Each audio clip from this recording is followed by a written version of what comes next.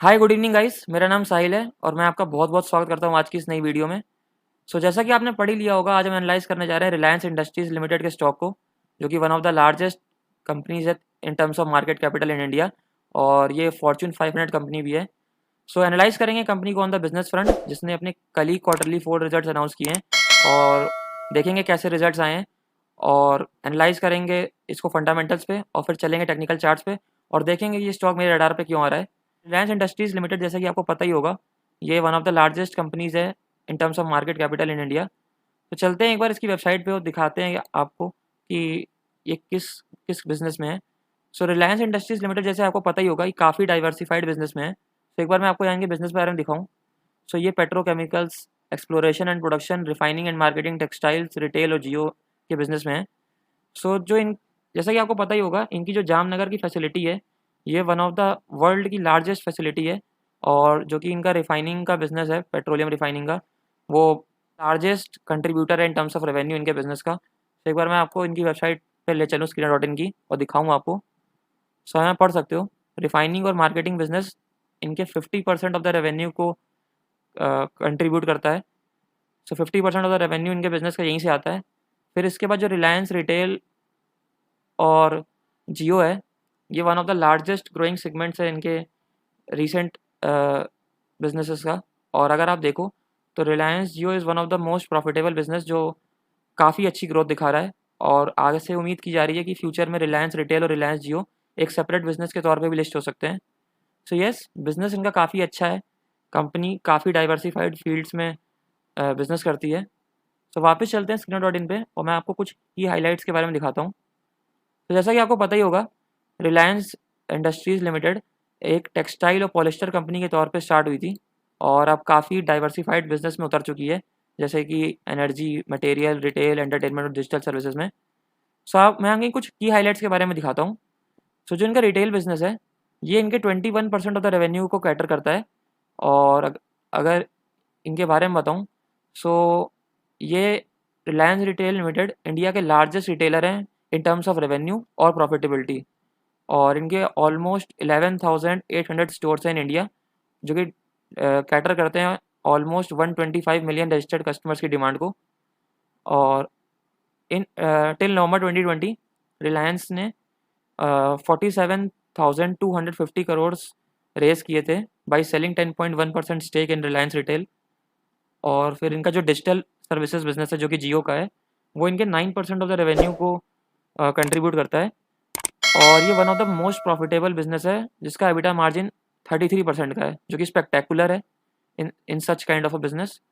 और रिसेंटली, जैसा कि आप सबको पता ही होगा, रिलायंस ने जियो प्लेटफॉर्म्स में अपना कुछ स्टेक सेल किया था to make it a debt free company by March 2021, जिनका टारगेट था।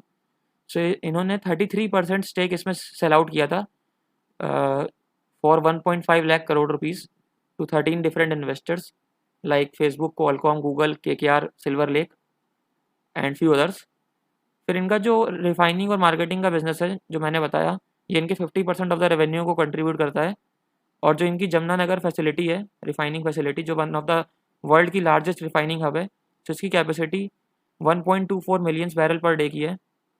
और अगर मैं नीचे आपको पेट्रोकेमिकल बिजनेस के बारे में दिखाऊं, ये इनके 19% ऑफ द रेवेन्यू कंट्रीब्यूट करता है, और रिलायंस लार्जेस्ट प्रोड्यूसर है पेट्रोकेमिकल्स का इन द कंट्री, और वर्ल्ड में टॉप 10 में आता है। और इनके काफ़ी वेरियस पेट्रोकेमिकल प्लांट्स हैं इंडिया में, जैसे कि दहेज, हजीरा, होशियारपुर, जमुनानगर, वडोदरा, और बाकी कुछ फ्यू सिटीज़ में एज वेल। फिर इनके कुछ और बिजनेस भी हैं, जैसे कि ऑयल एंड गैस और media entertainment. Oil and gas इनका 0.5% ऑफ द रेवेन्यू कंट्रीब्यूट करता है, और media entertainment 1% of the revenue का। रिलायंस, जैसा कि आपको पता ही होगा, ये ओनर है नेटवर्क 18 मीडिया का, सो जो कि 56 डिफरेंट चैनल चलाता है इंडिया में। यस, रिलायंस का मीडिया एंटरटेनमेंट में भी काफ़ी अच्छा स्टेक हो चुका है। एनालाइज करते हैं कंपनी को ऑन द फाइनेंशियल टर्म पे। कंपनी की मार्केट कैपिटल 13,09,794 करोड़ की है, जो one of the largest market capital है in terms of the companies in India. और इसका करंट प्राइस जो शेयर का है, वो 91,994 का है। और कंपनी के अगर डेट टू इक्विटी के बारे में देखें, तो ये जस्ट 0.32 का है। जो कि कंपनी ने अपने रिसेंटली काफ़ी डेट रिड्यूस किया था जैसे मैंने बताया। और अगर मैं नीचे आपको दिखाऊँ यहाँ पे, सो आप यहाँ अगर कंपनी के बोरोइंग्स को देखो तो इस ईयर कंपनी ने अपनी बोरोइंग्स रिड्यूस करी हैं। और उसी के साथ अगर आप रिजर्व्स देखो तो कंपनी के रिजर्व्स ऑलमोस्ट 2,50,000 करोड़ से इंक्रीज़ हुए हैं। तो यस, वही हमें रिफ्लेक्ट हो रही है। सो कंपनी ने अपनी काफ़ी डेट रिड्यूस कर ली है और प्लेज परसेंटेज देखें तो 0% है और प्रमोटर्स मोर देन 50% इसमें होल्ड करते हैं। और अगर हम नीचे चलें तो मैं आपको दिखाता हूँ यहाँ पे जो प्रोज मेंशन्ड है that company has reduced debt, जैसा कि मैंने आपको बताया है। फिर उसके बाद मैं आपको नीचे एक बार पीयर कंपैरिजन दिखाऊं। सो अगर इनके 4 मेजर कॉम्पिटिटर्स जो इस बिजनेस में दिखते हैं वो BPCL, IOCL और HPCL है। और अगर आप देखो सो कंपनी का one of the highest ROCE है जो कि 8.20 का है, जो सेम है एज BPCL। और अगर मैं नीचे आपको ले चलूँ और क्वार्टरली रिजल्ट दिखाऊँ तो कंपनी ने अपने हाईएस्ट एवर ऑपरेटिंग प्रॉफिट इस क्वार्टर में बुक किया है मार्च 2021 में, जो कि लास्ट 11 क्वार्टर्स का one of the highest operating profit है। और सेम आपको रिफ्लेक्ट होगा in the net profit also. So company ने अपना हाईएस्ट एवर नेट प्रॉफिट इस क्वार्टर में बुक किया है सिंस लास्ट 11 क्वार्टर्स। तो येस, कंपनी के क्वार्टरली रिजल्ट्स काफ़ी अच्छे आए हैं। अगर आपको ऑपरेटिंग प्रॉफिट दिखाऊं in profit and loss, so company ने इस ईयर 80,737 करोड़ का ऑपरेटिंग प्रॉफिट बुक किया था।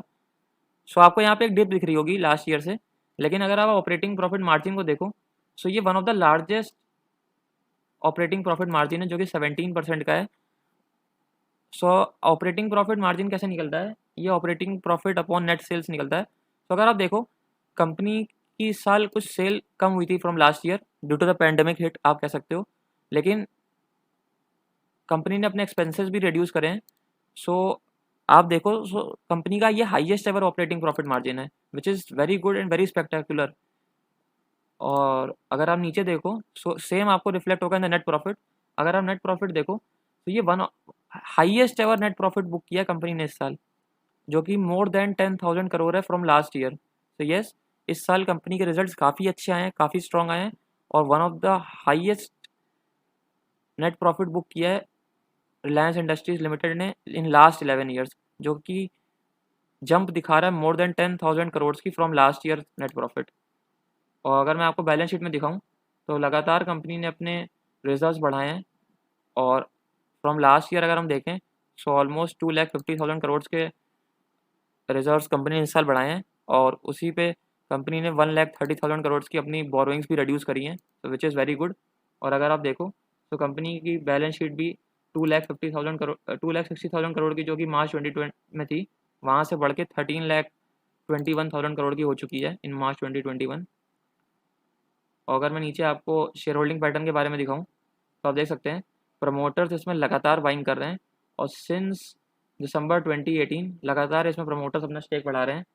सो अगर आप देखो तो प्रमोटर्स ने अपना स्टेक लगातार इसमें एवरी क्वार्टर बढ़ाया है और इस क्वार्टर में स्टेक बढ़ के 50.58 हो गया है। सो यस, ये दिखा रहा है कि प्रमोटर्स को अपने इस बिज़नेस में अभी वैल्यू दिख रही है।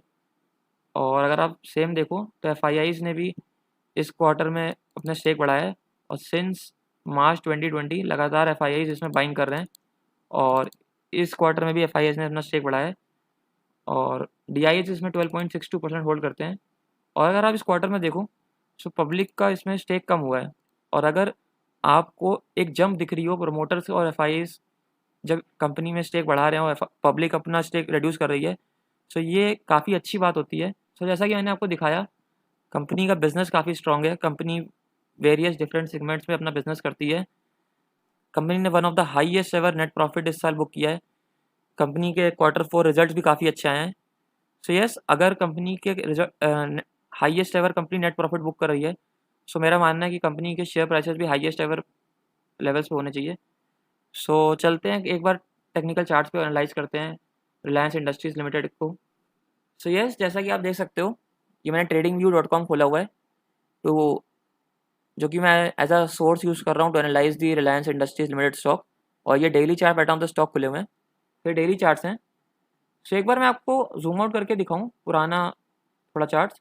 सो आप यहाँ पे देखो, सो कंपनी ने इन स्टार्टिंग ऑफ 2020 यहाँ पे एक inverse head and shoulder pattern बनाया था, जो कि इसका ये लेफ्ट शोल्डर था, फिर ये कंपनी का एक हेड बना था और फिर ये राइट शोल्डर, और फिर जब यहाँ से ब्रेकआउट आया सो कंपनी अपने हाईएस्ट एवर प्राइसेस पे गई। और जैसा कि मैं बताता हूँ, जितना डीप ये हेड होता है उतने ही वहाँ से टारगेट बनते हैं। सो अगर मैं यहाँ से आपको दिखाऊँ और यहाँ से जो ब्रेकआउट अगर हम निकालें, सो जो टारगेट निकलते थे इस पैटर्न के, वो निकलते थे 2320 पे, और कंपनी ने अपना हाई बनाया था 2369 का, जो एग्जैक्टली उसी लेवल्स पे आता है। तो यस, चार्ट्स ऐसे ही वर्क करते हैं। और since after making that high, company का स्टॉक या कंसोलिडेशन मोड में चला गया और फिर एक पर्टिकुलर रेंज में कंसोलिडेट कर रहा है। सो अगर आप देखो नीचे, तो नीचे में कंपनी ने एट द लेवल्स ऑफ 1825 एक काफ़ी स्ट्रॉन्ग बेस बना लिया है। और अगर आप देखो, यहाँ पे कंपनी ने इसी प्राइसेस पे एक बार सपोर्ट लिया, फिर कंपनी ने अगेन इसी लेवल्स पे एक सपोर्ट लिया in in the month of November, फिर कंपनी ने एक फिर से इसी लेवल्स पे सपोर्ट लिया in in the month of January. और अगर मैं यहाँ से हटा के आपको ये हटाऊँ और दिखाऊँ एक और ट्रेंड लाइन बना के, सो एक और सपोर्ट काफ़ी अच्छा कंपनी ने बना लिया है, जो कि एट द लेवल्स ऑफ 1900 के आसपास निकलता है। तो अगर आप देखो, कंपनी ने यहाँ पे एक सपोर्ट लिया इन्हीं लेवल्स पे, फिर कंपनी ने इसी लेवल्स पे एक बार यहाँ सपोर्ट लिया, फिर कंपनी ने इसी लेवल्स पे एक बार सपोर्ट यहीं पे लिया। और अगर आप देखो, अभी जो हमें रीसेंट डिप देखने का मिला था मार्केट्स में, जब highest number of COVID cases आ रहे हैं इंडिया में, तो अगेन कंपनी ने इसी लेवल्स पे सपोर्ट लिया और यहाँ से एक वापस रिवर्सल देखने को मिल रहा है हमें स्टॉक प्राइसेस में। और जैसे कि क्वार्टरली 4 रिजल्ट्स आए हैं, जो कि काफ़ी स्ट्रॉन्ग रिजल्ट्स कंपनी ने पोस्ट आउट किए हैं, सो मेरे को यहाँ से उम्मीद है कि कंपनी के स्टॉक प्राइसेस एटलीस्ट अपने हाईएस्ट एवर लेवल प्राइसेस पे होने चाहिए।